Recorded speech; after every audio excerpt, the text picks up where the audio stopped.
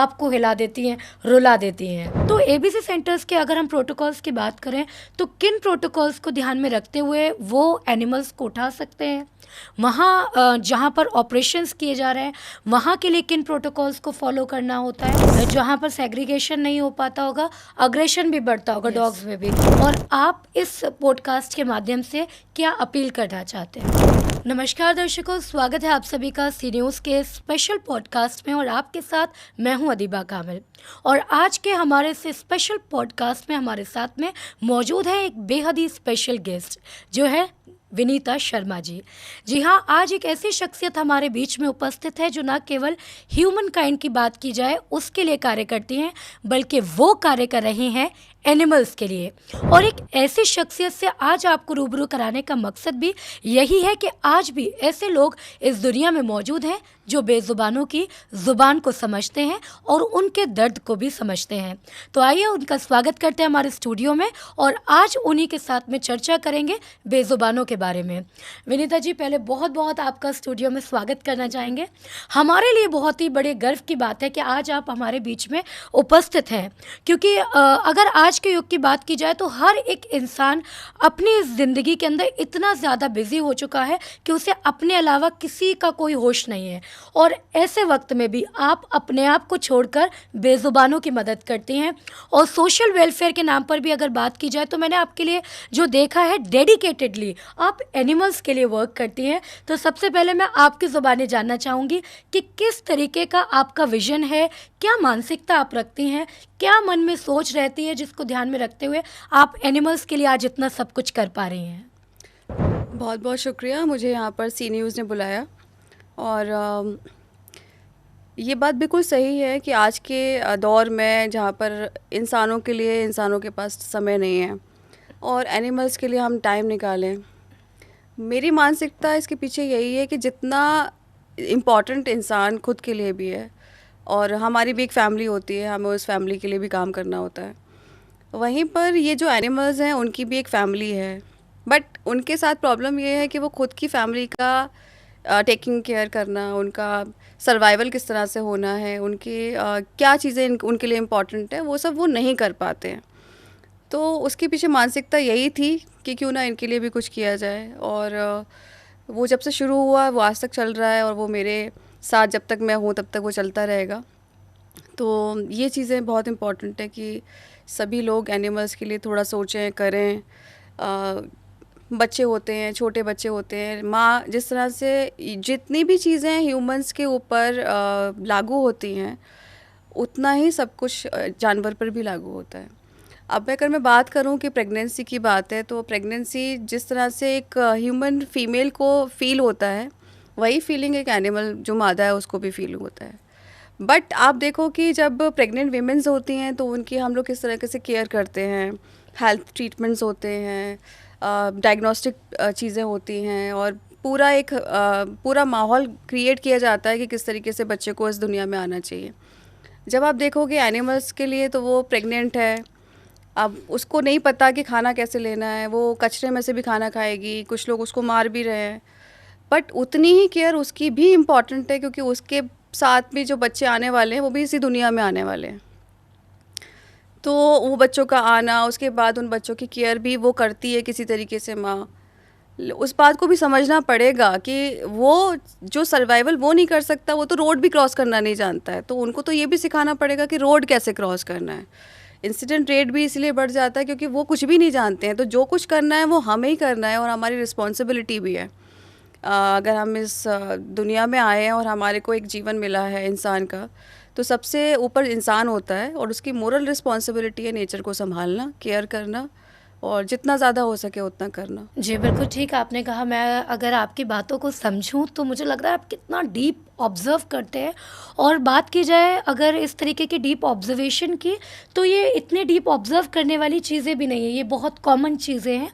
लेकिन आज का जो इंसान अपनी व्यस्ततम ज़िंदगी में इतना व्यस्त हो चुका है, जैसे अपना भी कई बार होश नहीं रहता है, तो वो एनिमल्स की बात की जाए तो उनकी तो बात आप जाने ही दीजिए, लेकिन ऐसे माहौल के अंदर भी अपने इतने बिजी स्केड्यूल होने के बावजूद, बिकॉज आप जिस बैकग्राउंड से आती हैं, एक प्रोफेशनल लेडी के तौर पर भी आप जानी जाती हैं आगरा में, उसके बावजूद उस हैवी हेक्टिक स्केड्यूल से एनिमल की फीडिंग के लिए वक्त निकालना कितना ज़्यादा आपके लिए चैलेंजिंग होता है, या फिर आप उसको इतना इजी मैनेज कर पाते हैं कि आपके लिए प्रायोरिटी वो होती है और सेकेंडरी आपका काम? बिल्कुल प्रायोरिटी मेरे लिए है। जैसे मेरे को एक वक्त खाना खाना है या 2 वक्त खाना खाना है, तो उतनी ही भूख उनको भी लगती है। हमें तो ब्रेकफास्ट भी चाहिए, लंच भी चाहिए, स्मॉल मील्स भी बीच बीच में कभी कभी हो जाते हैं, फिर डिनर भी चाहिए। कभी मूड नहीं है तो थोड़ा रेस्टोरेंट भी जाना है, फ्रेंड्स के साथ भी जाके खाना खाना है, लेकिन नहीं, उनके लिए तो नीड है एक वक्त का खाना भी। तो जितना भी मेरा बिज़ी शेड्यूल है, उसमें ये टाइम मैं अपने आप इसलिए निकाल पाती हूँ क्योंकि मुझे ये पता लगता है कि जैसे मुझे भूख लगती है, ऐसे उस जानवर को भी भूख लग रही है। तो वो टाइम ना चाह कर भी, वैसे ना चाहने वाली बात ही नहीं है, लेकिन कभी भी ऐसा नहीं होता, अगर मैं बाहर भी हूँ, आउट ऑफ स्टेशन हूँ, आउट ऑफ कंट्री हूँ, कुछ भी, तो वहाँ मैनेज करके ही जाना होता है। बिकॉज जानवर एक ऐसा बनाया गया है इस दुनिया में, आप उसको एक रोटी डालोगे और एक टाइम पर आप डालना शुरू करिए। अगर आप 4 बजे डाल रहे हो, आप देखोगे कि वो आपके पास 4 बजे ही आएगा। उनके पास कोई घड़ी नहीं है, उनके पास कोई ऐसा नहीं है कि वो ट्रैक कर पाएँ कि अब ये टाइम हो गया, 5 बज गए, 6 बज गए। बट आप एक टाइम अपॉइंट कर लीजिए अपने लिए कि मेरे को 5 बजे इस डॉग को खाना खिलाना है, मेरे को 6 बजे इस गाय को खाना खिलाना है। आप 5:10 पे भले ही पहुंच सकते हैं, लेकिन वो 5 बजे आपको मिलेंगे वहाँ पर। तो ऑब्वियस बात है कि फूड सबके लिए इम्पॉर्टेंट है, जो भी हमारे, इवन जानवरों के लिए, इंसानों के लिए नहीं। आप सोचो कि हमारे पेड़ पौधों के लिए भी पानी इम्पॉर्टेंट है, और जो है फोटो सिंथेसिस इम्पॉर्टेंट है, उनको भी सूरज की रोशनी इम्पॉर्टेंट है। आप पौधे को भी अगर घर में ऐसे ही रख लो, कभी उसको मत दिखाओ, आप धूप या पानी मत दो, वो भी मर जाता है। तो जानवर तो वैसे भी 2 वक्त की रोटी तो बहुत बड़ी बात है। अगर आप एक वक्त का खाना भी उसको ये भी नहीं मांगता, वो तो स्पेशल मेन्यू भी नहीं है उसके पास, तो आप अगर रोटी दोगे रोटी खा लेगा, आप अगर उसको कुछ भी चीज़ दोगे जो वो खा सकता होगा तो वो ज़रूर खाएगा। तो फीडिंग मेरे लिए बहुत इम्पॉर्टेंट है कि बच्चों को फीडिंग कराना बहुत ज़रूरी है। बहुत सारे चैलेंजेस भी हम फेस करते हैं, और आजकल का माहौल भी ऐसा हो गया है कि फीडिंग अपने आप में एक बहुत बड़ा चैलेंज हो चुका है। बिकॉज़ मानसिकता उसके पीछे भी है। कॉलोनीज़ हैं, गेट बंद कॉलोनीज़ हैं, घर हैं, अपार्टमेंट हैं, कॉम्प्लेक्सेस हैं। आप वहाँ पर खाना खिलाने का एक बहुत बड़ा चैलेंज ये है कि जब आप खाना खिलाने जाते हैं, यहाँ मत खाना डालिए, यहाँ मत खाना खिलाइए। कुत्ते आ जाते हैं, कुत्ते गंदगी फैलाते हैं, कुत्तों को खाना बाहर खिलाइए। कुछ लोगों को कुत्ते चाहिए ही नहीं, वो भी एक बहुत बड़ी प्रॉब्लम हो चुकी है। तो ये, और डे बाय डे ये चैलेंजेस बढ़ते जा रहे हैं, हमारे लिए बहुत ज़्यादा चैलेंजिंग हो गया है।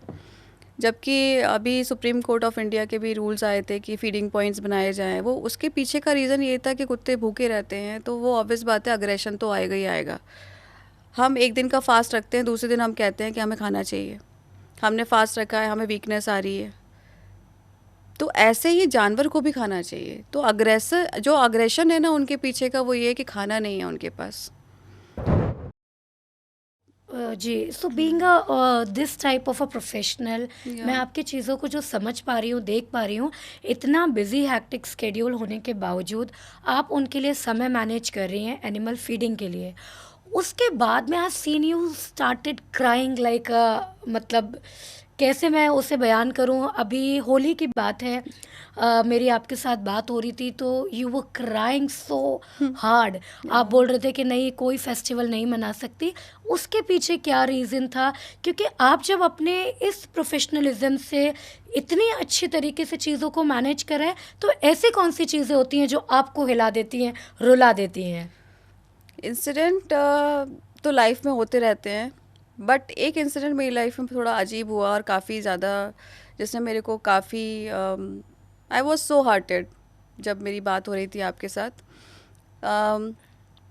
हम ABC की बात कर रहे हैं, एनिमल बर्थ कंट्रोल चल रहा है, और एनिमल बर्थ कंट्रोल होना भी चाहिए, बहुत इम्पॉर्टेंट है।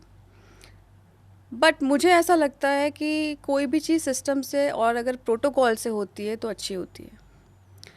जहाँ सिस्टम और प्रोटोकॉल में कमियाँ आ जाती हैं वहीं पर प्रॉब्लम्स स्टार्ट हो जाती हैं। तो एक इंसिडेंट वो मेरे साथ ये हुआ था कि हम फीडिंग कराने जाते हैं, वहाँ पर एक बिच थी, उसके 3 बच्चे थे। अब म्युनिसिपल कॉरपोरेशन ने बिच को उठाया, बच्चे 2-2 महीने के थे, काफ़ी छोटे बच्चे थे। 3 बच्चे वो भी उठा लिए, बिच भी उठा ली। बाद में क्योंकि हम तो डेली फीडर हैं, हम तो जाते हैं, हमें पता रहता है हमारे बच्चे यहाँ मिल जाएंगे, मैं तो उन्हें बच्चे ही बोलती हूँ। तो हमारे को वो बच्चे मिले नहीं। तो बड़ा हमने इधर शॉपकीपर से भी ट्राई करा पता करने का कि कहाँ पर हैं बच्चे। तो किसी ने मुझे बताया कि म्युनिसिपल कॉरपोरेशन की गाड़ी आई थी, लेके गई है। तो आई थॉट कि चलो अगर गाड़ी आई भी है तो वो एबीसी करेगी उस बिच का, बिकॉज वो बड़ी है। बट 2 महीने के बच्चे का ऑपरेशन होता नहीं है जनरली। एबीसी 2023 की पॉलिसी, अगर सुप्रीम कोर्ट ऑफ इंडिया जो गैजेट बना हुआ है एबीसी का, उसके अकॉर्डिंग भी 6 मंथ्स के बच्चे के ऊपर ही एबीसी आप कर सकते हो। अब वो माँ चली गई है, बच्चे भी गायब हैं। हमने खंडारी चौकी पे जाके अपनी कंप्लेंट भी नोट करा दी कि इस तरह से मिसिंग है वो। बाद में और 2 दिन लग गए मुझे फाइंड आउट करते करते कि म्यूनिसिपल कॉरपोरेशन में कैसे हुआ है, क्या हुआ है। तो बाद में डॉक्टर साहब थे, वहाँ पे बात हुई कि हाँ उनके यहाँ की गाड़ी ने उठाया है। हमने नगर निगम को भी संपर्क किया, वहाँ पे गई मैंने बोला कि आप क्या हुआ है बच्चों का। तो आई वॉज सो शॉक्ड कि 2 मंथ्स के बच्चों का भी उन्होंने एबीसी के प्रोटोकॉल से ऑपरेशन कर दिया था। 2 महीने के बच्चे के ऑपरेशन में उनकी लाइफ का सर्वाइवल भी बड़ा मुश्किल है, बिकॉज जब वो एक एज में आएंगे तो उनके हार्मोनल डिसबैलेंस होना शुरू भी हो जाएगा।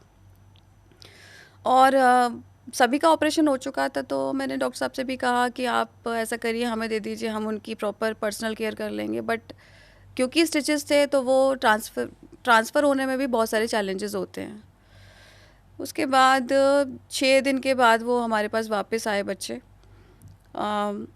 लेकिन जिस कंडीशन में वो बच्ची आई, वो कंडीशन बहुत ज़्यादा पुअर थी। वो बच्ची ना बैठ पा रही थी, ना खा पा रही थी, ना पी पा रही थी, और उसको हाई फीवर था। हमने डॉक्टर को भी बुला के दिखाया, और फिर मैंने कुछ डायग्नोस्टिक उसके टेस्ट भी करवाए, उसके kidney function, liver function, CBC test कराया उसकी। जब मेरे पास रिपोर्ट आई तो बिल्कुल भी अच्छी रिपोर्ट नहीं थी, बिकॉज उसका किडनी फंक्शन, ऑलमोस्ट उसकी किडनियाँ डैमेज हो चुकी थी। किडनी में कुछ बचा नहीं था, 95% उसकी किडनी ख़राब हो चुकी थी। तो पोस्ट ऑपरेटिव केयर नहीं हो पाई, या किडनी कॉम्प्रोमाइज़ थी, क्या था कुछ मुझे पता नहीं है। बट जब तक वो बच्ची, मैंने उसको फीड करा रही थी, तब तक वो बच्ची बहुत अच्छी थी। उन 6 दिनों में उसके साथ क्या हुआ मुझे नहीं पता, बिकॉज उसकी उम्र भी 2 साल ही थी। और वो 2 इयर्स में उसके साथ 2 इयर्स में ही वो आई, सब कुछ हुआ, बच्चे भी पैदा करे उसने, एबीसी भी हुआ उसका। बट वो 6 डेज़ में उसके साथ क्या हुआ हमें नहीं पता। बट किडनी फेलियर की सिचुएशन आ चुकी थी, ऑलमोस्ट किडनी फेलियर हो गया था। हमने डॉक्टर साहब से भी कहा, तो उनका ये कहना था कि हमें नहीं पता होता कि किसको क्या इशू है। तो मेरा सवाल सिर्फ यही था उनसे कि म्यूनिसिपल कॉरपोरेशन अपने आप में एक बड़ा डिपार्टमेंट है। एक ब्लड शुगर जैसा टेस्ट, एक कंप्लीट ब्लड काउंट जैसा इन्वेस्टिगेशन, बहुत इंपॉर्टेंट इन्वेस्टिगेशन है। बच्चों के टेस्टिंग से पहले अगर आप SGPT जैसा टेस्ट हो गया, लिवर फंक्शन बता देता है वो। किडनी फंक्शन के लिए आपको कुछ नहीं करना, क्रेटनाइन टेस्ट करा लीजिए, किडनी में कुछ भी डैमेज आ जाता है। तो 3-4 टेस्ट ऐसे हैं, बहुत ही नॉमिनल रेंज के टेस्ट हैं। अगर ये ऑपरेशन करने से पहले अगर हो जाते हैं तो पता चल जाएगा बच्चा कॉम्प्रोमाइज़ तो नहीं है। और अगर बच्चा कॉम्प्रोमाइज्ड है तो उसका ऑपरेशन होने ही नहीं चाहिए। जैसे हम लोगों को के ऑपरेशंस हो जाते हैं, उससे पहले डॉक्टर कराता है प्री ऑपरेटिव ऑपरेशंस के केयर के लिए, प्री ऑपरेटिव प्रोफाइल्स कराता है। वो प्री ऑपरेटिव प्रोफाइल क्यों इम्पॉर्टेंट है? जिससे कि पता चले पेशेंट का हीमोग्लोबिन ठीक है कि नहीं है, कहीं पेशेंट डायबिटिक तो नहीं है, कहीं HIV तो नहीं है, कहीं HBS तो नहीं आ गया उसको। बहुत सारी चीज़ें होती हैं प्री ऑपरेटिव कराने के लिए। क्योंकि इंसान है तो प्री ऑपरेटिव पोस्ट ऑपरेटिव दोनों पैनल्स होंगे, बट जानवर है तो ना प्री होगा ना पोस्ट होगा। और 2 से 3 दिन हमने उसकी पूरी पर्सनल केयर करी, बट अनफॉर्चुनेट हम बचा नहीं पाए उसको। ऐसे ना जाने कितने बच्चे होंगे, वो तो मेरे सामने एक पहला इंसिडेंट आया। जी, तो जैसे कि आपने कहा कि किस तरीके से एबीसी सेंटर के द्वारा बच्चों को उठाया गया। अगर हम बात करते हैं एबीसी सेंटर्स के बारे में, तो मैं ये जानना चाहती हूँ कि आप ही की तरह और भी कई लोग हैं जो एनिमल फीडिंग करते हैं, एनिमल वेलफेयर पर काम करते हैं। उन लोगों की भी कई बार हमने बहुत सी कंप्लेंट्स देखी हैं जहाँ पर वो एबीसी सेंटर पर सवाल उठाते हैं। तो एबीसी सेंटर्स के अगर हम प्रोटोकॉल्स की बात करें, तो किन प्रोटोकॉल्स को ध्यान में रखते हुए वो एनिमल्स को उठा सकते हैं? वहाँ जहाँ पर ऑपरेशंस किए जा रहे हैं, वहाँ के लिए किन प्रोटोकॉल्स को फॉलो करना होता है, उस सभी चीज़ों के बारे में, और क्या वो सब फॉलो किए जा रहे हैं, उसके विषय में भी मैं जानना चाहूँगी। एबीसी सेंटर्स के लिए सबसे इम्पॉर्टेंट है, देखिए, animal welfare board of India, AWBI। जो भी एनिमल्स के लिए किया जाएगा वो AWBI के गाइडलाइन से ही किया जाएगा। मैं आज जानकारी सभी व्यूअर्स को देना चाहती हूँ कि कभी भी आपको ये समझ में नहीं आता है कि कैसे एबीसी हो रहा है, क्या एबीसी प्रोग्राम है, एबीसी में क्या किया जाता है, प्रोटोकॉल्स क्या हैं, गाइडलाइंस क्या है, तो AWBI की वेबसाइट पे जाइए। वहाँ पे आपको फॉर्म्स, गाइडलाइंस सारे मिल जाएंगे। आपको हिंदी में भी मिलते हैं, इंग्लिश में भी आप डाउनलोड कर सकते हैं। आप लोग पूरा पढ़िए कि प्रोग्राम कैसे चलाए जाते हैं, और ये सबको करना भी चाहिए। जैसे भी एनिमल लवर्स यहाँ पे अगर मेरे को देख रहे हैं, तो प्लीज़ आप AWBI की वेबसाइट पे जाके ABC 2023 ABC 2023 को डाउनलोड करिए। उसके अंदर आपको गाइडलाइंस मिलेंगी। जो मेन गाइडलाइंस हैं एबीसी सेंटर चलाने के लिए, वो है प्रोजेक्ट रिकॉग्निशन सर्टिफिकेट। एक PRC सर्टिफिकेट होता है जो हर एक एबीसी सेंटर के पास होना इम्पॉर्टेंट है। देखिए, कोई भी सर्टिफिकेशन इसलिए इम्पॉर्टेंट होता है बिकॉज जब हम सर्टिफाइड होते हैं तो हम अपने आप गाइडलाइंस को फॉलो करते हैं। अगर हम सर्टिफाइड नहीं है तो हम कोई भी गाइडलाइन फॉलो करेंगे ही नहीं। यही फ़र्क होता है सर्टिफिकेशन का। तो PRC रिकॉग्नाइज्ड सर्टिफाइड सेंटर होना बहुत इम्पॉर्टेंट है। AWBI के सर्टिफिकेशंस इम्पॉर्टेंट हैं। आपके पास ट्रेन डॉक्टर इम्पॉर्टेंट है, ट्रेंड स्टाफ होना बहुत इम्पॉर्टेंट है। सेंटर में CCTV कैमरा बहुत इंपॉर्टेंट है, स्पेशली OT में कैमरा बहुत इंपॉर्टेंट है। कोई इंसिडेंट हो जाता है, एक्सीडेंटल डेथ हो जाती है, तो कैसे हुई, क्या हुआ, वो सब बहुत इंपॉर्टेंट है। बच्चों को किस तरीके से रखा जा रहा है, उसका ऑब्जर्वेशन बहुत इंपॉर्टेंट है।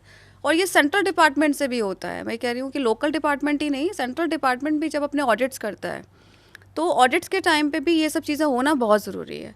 तो CCTV होना बहुत ज़रूरी है। लाइट का प्रॉपर होना बहुत इंपॉर्टेंट है, क्योंकि लाइट नहीं है तो कैमरा भी नहीं चलेगा।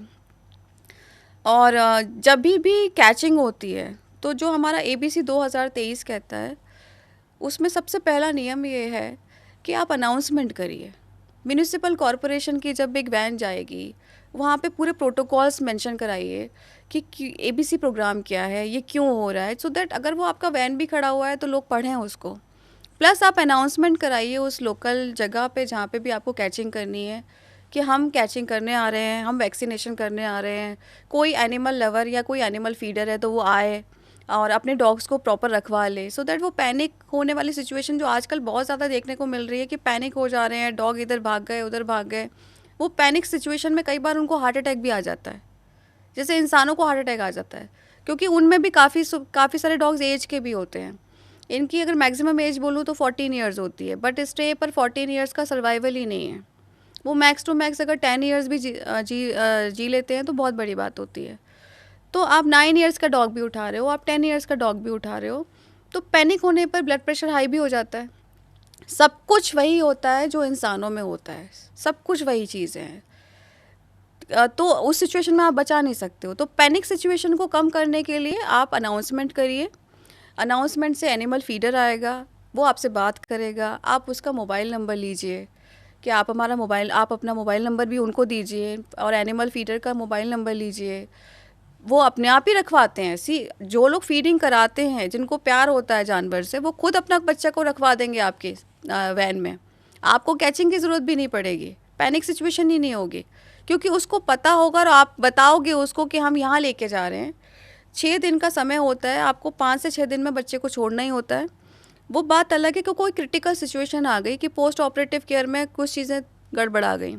अदरवाइज ABC 2023 हमारा यही कहता है कि 5 to 6 days, max to max 6 days में आपको रिलीज़ करना है। प्लस मार्किंग बहुत इंपॉर्टेंट है। अब आप देखो तो आजकल मुझे देखने को जो मिलता है कि वैन आती है, उसमें 15 से 16 डॉग्स होते हैं। हम ये भी देखते हैं कि एक गली से दूसरी गली का डॉग एक दूसरे को एक्सेप्ट नहीं करता कि आप मेरी गली में कैसे आ गए। उनका चीखना चिल्लाना मारना पीटना शुरू हो जाता है। ये सभी देखते हैं। तो जब वैन आती है तो कैचर सारी गलियों में घुस जाते हैं। यहाँ से उठाया, यहाँ से उठाया, यहाँ से उठाया, और उन्होंने बहुत सारी जगह से उठाकर उस एम्बुलेंस में डाल दिया उनको, बट कोई मार्किंग नहीं है। शाहगंज का एक एरिया है, वहाँ से उठा लिया और नाम आपने लिख दिया शाहगंज का ये वाला एरिया, बट उस एरिया की कौन सी गली थी, कौन सी कॉलोनी थी? ये तो गली से गली में भी लड़ाइयाँ हो जाती हैं। तो जब आप बच्चे रख रहे हो तो 15-20 बच्चे आपने रख दिए, बट मार्किंग आपने ये नहीं करी कि ये 2 इस गली के थे। ये जब होता है जब हम अपने ही एम्बुलेंस में केजेस को सेग्रीगेट करेंगे। जब केजेस सेग्रीगेटेड होते हैं तो 2 कुत्ते आपने इस गली के रखे, 4 कुत्ते आपने इस गली के रखे, और वहीं की वहीं आपने टैग कर दिया। और यही मिसकम्युनिकेशन होने के कारण Yes. जहाँ पर सेग्रीगेशन नहीं हो पाता होगा, अग्रेशन भी बढ़ता होगा Yes, डॉग्स में भी। बिल्कुल। जब आप एक जगह का कोई डॉग दूसरी जगह पर ले जा रहे हैं तो वहाँ पर अग्रेशन भी आता होगा डॉग्स के अंदर भी। यस, बिल्कुल आता है, ये बिल्कुल आता ही है, क्योंकि वो एक तो सब जगह वो मिक्स हो गए ना, और जब वो सेंटर में जा रहे हैं तो वो मिक्स ही चले गए अंदर। अब वो उनका ऑपरेशन भी हो गया। अब वो मिक्स सिचुएशन में वो जो कैचर था उसको ही नहीं पता कौन सी गली, कौन सा गली का नंबर था। जब वो छोड़ भी रहा है तो वो क्या करेगा, बाहर के एरिया में जाके छोड़ देगा। और जब वो 6 दिन 7 दिन 10 दिन बंद होने के बाद जब डॉग आता है और जब वो छूटता है तो वो पागलों की तरीके से भागता है। भागने के बाद क्या होता है, वो इस गली से उस गली में वो कौन सी जगह जाएगा आपको भी नहीं पता है। और फिर वहाँ क्या होती है, डॉग बाइट। तो जो डॉग बाइट के केसेस की बात होती है कि बाइट हो रहा है, कुत्ता काट रहा है, कुत्ते के काटने का कारण सिर्फ ये है, कुत्ता अगर अपनी सही जगह से उठेगा और अपनी सही जगह पे छोड़ा जाएगा तो कुत्ता कभी नहीं काटेगा। तो रैबीज़ कंट्रोल करने का सबसे अच्छा साधन यही है, एबीसी प्रोग्राम अच्छे चलाए जाएं।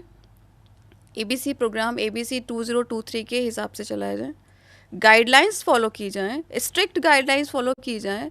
कैचर्स ट्रेंड होना बहुत इंपॉर्टेंट है। कैचर्स ट्रेंड भी नहीं है, कैचर्स के पास वेरिफिकेशन आईडीज़ तक नहीं है, कोई जान भी नहीं सकता ये कौन आदमी उठा के कहाँ ले जा रहा है। प्लस मैं तो ये भी नगर निगम से, म्यूनिसिपल कॉरपोरेशन से रिक्वेस्ट करूँगी, अगर कोई देख रहा है तो प्लीज़ मेरी रिक्वेस्ट है आप लोगों से कि आप लोग अपना प्रिंट मीडिया में ये निकलवाइए कि नगर निगम का एबीसी सेंटर है कहाँ पर, ये सेंटर यहाँ पर है, ये कैचिंग का टाइम होगा, हम कुत्ते उठाएंगे, हम एनिमल फीडर से बात करेंगे, ये गाइडलाइंस हैं, ये उसका एक नंबर भी होना चाहिए कि कोई इंक्वायरी नंबर है। ये सब चीज़ें जब जन जागरूकता होती है ना, जन जागरूकता की कमी की वजह से आज municipal corporation animal lovers and feeders में एक फ़ाइट है, बिकॉज कम्युनिकेशन गैप ही ये है। अगर हम जन जागरूकता कर देते हैं कि हम ये काम करेंगे भाई, और ये हमारी इंक्वायरीज़ का नंबर है, आप इंक्वायरी करो, आप आओ विज़िट करो, क्योंकि आप विज़िट के लिए नहीं रोक सकते हो। फीडर्स को जाने का अधिकार है, कुत्ते को देखने का, वो जा सकता है, बट अगर आप जाने भी नहीं दो, आप एंट्री भी नहीं करने दोगे, तो ऑब्वियस बात है एक ना कहीं सोसाइटी में प्रॉब्लम तो शुरू होती ही है। जी, एक बड़ी तकरार भी कई बार हमने देखा है इस तरीके के सेंटर्स और एनिमल फीडर्स के बीच देखने को मिलती है, जिसका आपने बड़ा स्पेसिफिक एक बात कही कि उसकी तकरार का सबसे बड़ा कारण एक लैक ऑफ कम्युनिकेशन हो Yes, जाता है। जी। तो ये तकरार क्या लैक ऑफ कम्युनिकेशन तक सीमित रहती है, या कई बार हमें ऐसा चैलेंजेस देखने को मिलते हैं कि दोनों के बीच में एनिमल फीडर एबीसी सेंटर के खिलाफ है और एबीसी सेंटर फीडर से बात ही नहीं करना चाहता, तो जी। इसका मुख्य कारण क्या बनता है? मुख्य कारण तो यही है कि कम्युनिकेशन गैप है। सेंटर में अगर आप एक काउंसलर बिठा देते हो, काउंसलिंग होना इम्पॉर्टेंट है। आप फीडर की मानसिक जो उसकी सिचुएशन है, जो उसकी परेशानी है, आप उसको समझो। जैसे मैं हूँ तो मेरे लिए वो एक जानवर ही नहीं है, मेरे लिए तो एक बच्चे की तरीके से मैं उसको देखती हूँ। इसी तरीके से मेरे जैसे बहुत सारे एनिमल लवर्स और फीडर्स होंगे। अब आप ये सोच कर चलो कि अगर 6 साल 7 साल 8 साल 9 साल कोई खाना खिला रहा है, कोई उसका ऑपरेशन भी करवा रहा है अपने पैसों से, कोई उसको वैक्सीनेशन अपने पैसों से करवा रहा है, उसको धूप में सर्दी में गर्मी में अपनी पूरी तरीके से केयर कर रहा है, वो एक तरीके से हो गया उसका बच्चा। अब सडन आप आए और सडनली बच्चा गायब है, उसको ये भी नहीं पता कि उसका बच्चा कहाँ पर है। वो उसके पास एक ही चीज़ है कि वो क्या करेगा, वो जाएगा नगर निगम। अब जब वो नगर निगम में जाके अपनी बात रखेगा कि भाई ऐसे हो गया इंसिडेंट, आप बच्चा मेरा कब आएगा, क्या हुआ, मुझे देखना है, मुझे करना है, वो चीज़ें जब नहीं हो पाती हैं तो वहीं पर सिचुएशन क्रिएट हो जाती है लड़ाई की, झगड़े की, प्रॉब्लम की। ऐसा बिल्कुल नहीं होना चाहिए। आप हर एक एप्लीकेशन को एंटरटेन करिए, हर एक फीडर को सही गाइडलाइन बताइए कि भाई ऐसी बात है, आप जाने दीजिए, आप अपने शेल्टर का एड्रेस दीजिए, कोई छुपाने वाली बात ही नहीं है। आप जो कर रहे हो अगर गाइडलाइन से कर रहे हो तो छुपाने जैसा है ही क्या। आप तो एड्रेस दे दीजिए, फीडर जाके अपने बच्चे को खुद ही देख लेगा। और फीडर से ज़्यादा अच्छा बच्चा कोई देख नहीं सकता, क्योंकि वो उसका खुद का बच्चा है।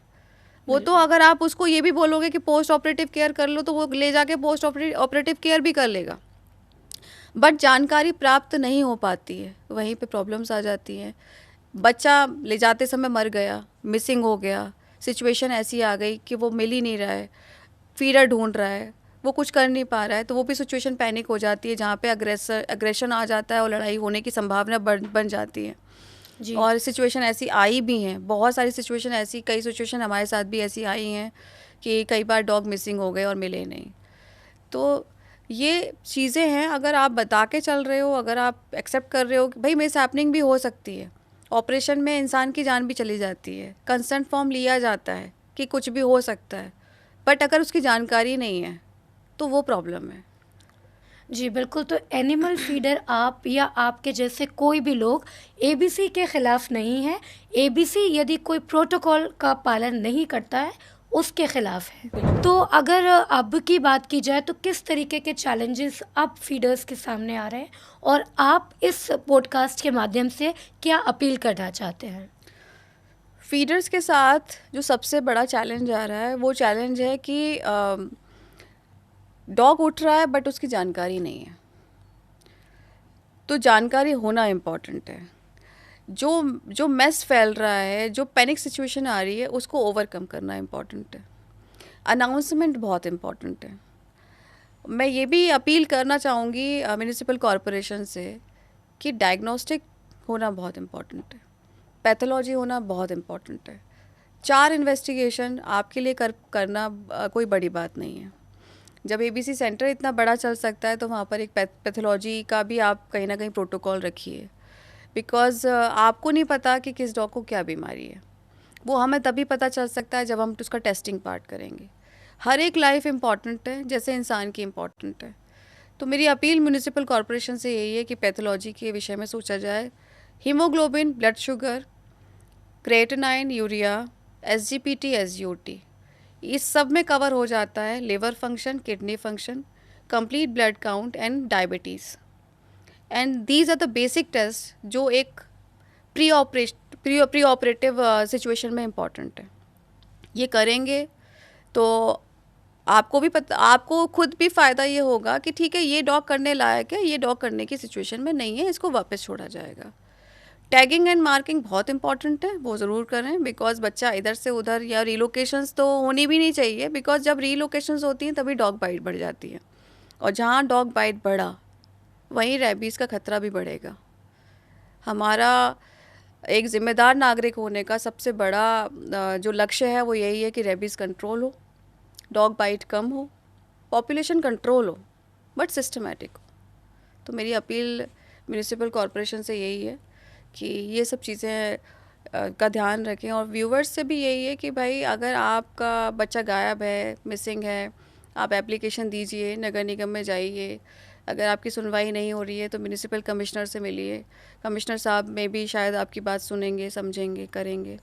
लेकिन मेरा डिपार्टमेंट से भी ये अपील है कि आप लोग जन सूचना करिए इस चीज़ को कि कहाँ आपका सेंटर है, क्या आप लोग कर रहे हो, और मोटिवेशनल प्रोग्राम होना बहुत इम्पॉर्टेंट है, सो दैट एक इंसान में और जानवर में वो जो गैप है वो गैप एनालिसिस करके उसे ओवरकम करना है। कुत्ता आ गया, भागो भागो, दौड़ो दौड़ो, इससे नहीं है, उसके साथ ही हमें रहना है, लेकिन हमें कैसे रहना है वो भी जन जागरूक करना ही हमारा और आपका ही काम है। जी, बिल्कुल। और मुझे लगता है कि आपके जैसे लोगों को हमारी सोसाइटी को बहुत ज़्यादा ज़रूरत है। और आज के इस पॉडकास्ट में बहुत सारी चीज़ें दर्शकों हमने भी जानी कि एबीसी सेंटर्स की यदि बात की जाए तो वो जो कार्य कर रहे हैं, फीडर्स भी उसके खिलाफ नहीं हैं। फीडर्स का कहना है कि आप जो कर रहे हैं वो ठीक कर रहे हैं, लेकिन प्रोटोकॉल को ध्यान में रख कर के किया जाए। जिस तरह एक व्यक्ति की ज़िंदगी, एक ह्यूमन की ज़िंदगी इम्पॉर्टेंट है, ठीक उसी तरह एनिमल्स की ज़िंदगी भी उतनी ही ज़्यादा महत्वपूर्ण है। जिस तरह से हमारे बच्चे हैं, उसी तरह जानवरों के भी बच्चे हैं। फ़र्क सिर्फ उनमें और हम में एक ही है। हमारे पास अपना दर्द बयां करने के लिए ज़ुबान है और वो बेज़ुबान है। तो इसी तरह बेज़ुबानों की ज़ुबान बनी है विनीता शर्मा जी, और आज हमारे साथ में हमारे स्पेशल पॉडकास्ट में मौजूद रही। आपका बहुत बहुत शुक्रिया अदा करना चाहेंगे इतनी महत्वपूर्ण जानकारी हमारे सभी के साथ में साझा करने के लिए। तो दर्शकों, विनीता शर्मा जी आज हमारे साथ में animal activist, social activist, animal welfare के लिए काम करने वाली, एनिमल फीडर, डॉग लवर, कुछ भी इन्हें कहा जा सकता है। और जो कार्य वो कर रही है बेशक बहुत सराहनीय कार्य है। और मुझे लगता है आज के इस पॉडकास्ट से आपको और हमें भी उनसे सीख लेने की ज़रूरत है। फिलहाल इसी के साथ आज के इस पॉडकास्ट में इतना ही। दीजिए इजाज़त। नमस्कार।